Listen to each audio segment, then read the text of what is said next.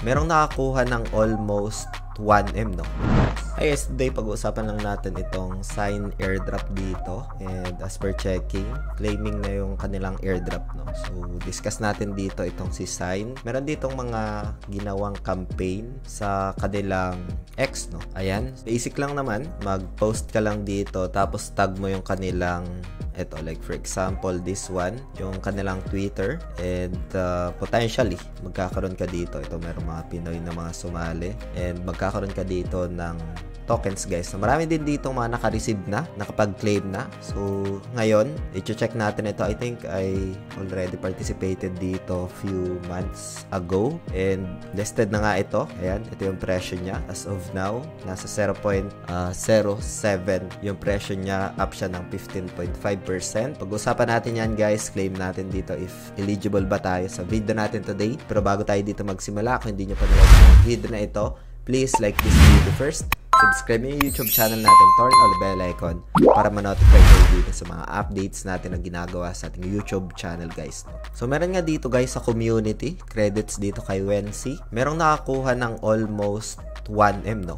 As per checking dito, nasa 999k yung nakuha niya. Ito, meron ding nakakuha ng 400,000, 421k, 298, almost 300k, no? So, ito yung mga nakapag-claim dito and eligible kay Sign airdrop, no? So, dito, guys, sisilipin natin if tayo ay eligible. Ayan. So, let's try to connect dito. Yung mga official link, guys, ng airdrop na pina-farm natin ngayon and still ongoing, ay ilalay ko na lang, guys, sa description ng video na ito, or nandyan lang sa description ng ating video, as well as sa ating pinned comment, guys. So, pwede nyong puntahan, pwede nyong explore. So, let's try to connect EBM wallet dito.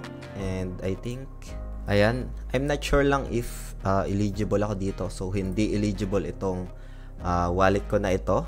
And ang dami dito mga criteria din na kailangan i-consider. So, itong wallet ko na to ay hindi eligible, no? Ayan. So, basahin natin yung mga eligibility criteria dito. So, ito, Sign airdrop allocation checker is live. Ayan, pwede nyo itong i-check. Lalay ko na lang sa description ng video na ito yung official link. And yung mga eligible dito, guys, is yung merong Sign SBT holders.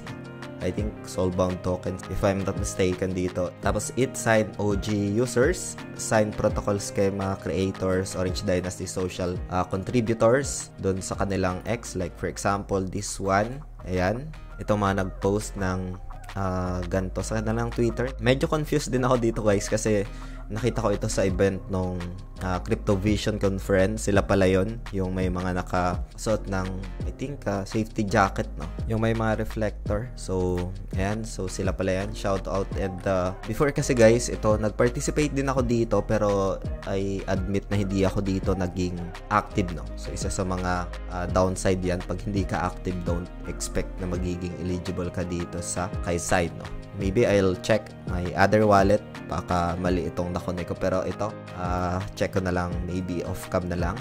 So, ito, guys, no, nakapag, like, for example, ito yung sign ko. Tapos na ako dito ng mga chapters. Pero, I don't know lang kung paano nila minimeasure yung eligibility. As mentioned dito, ito yung eligibility, guys, no.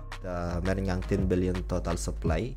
Yun, congrats doon sa mga nakapag-claim ng free sign dito.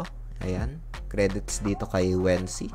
So ngayon, guys, ay pwede nyong puntahan itong checker nila, or you can claim kung eligible ka dito, and advance congrats kagad sa mga eligible dito, guys, no? So yun, hope you get some insights dito, updates, as well as sa mga nagtatanong dito kay Sign, no? And meron tayong mga airdrops na pina-farm ngayon. Nasa description lang ng video na ito, nasa pinned comment, and pwede nyo i-explore yun, guys, no? So, yun lang for today, guys. Maraming salamat ulit sa panunood. Ingat tayong lahat. Peace out. Bye for now.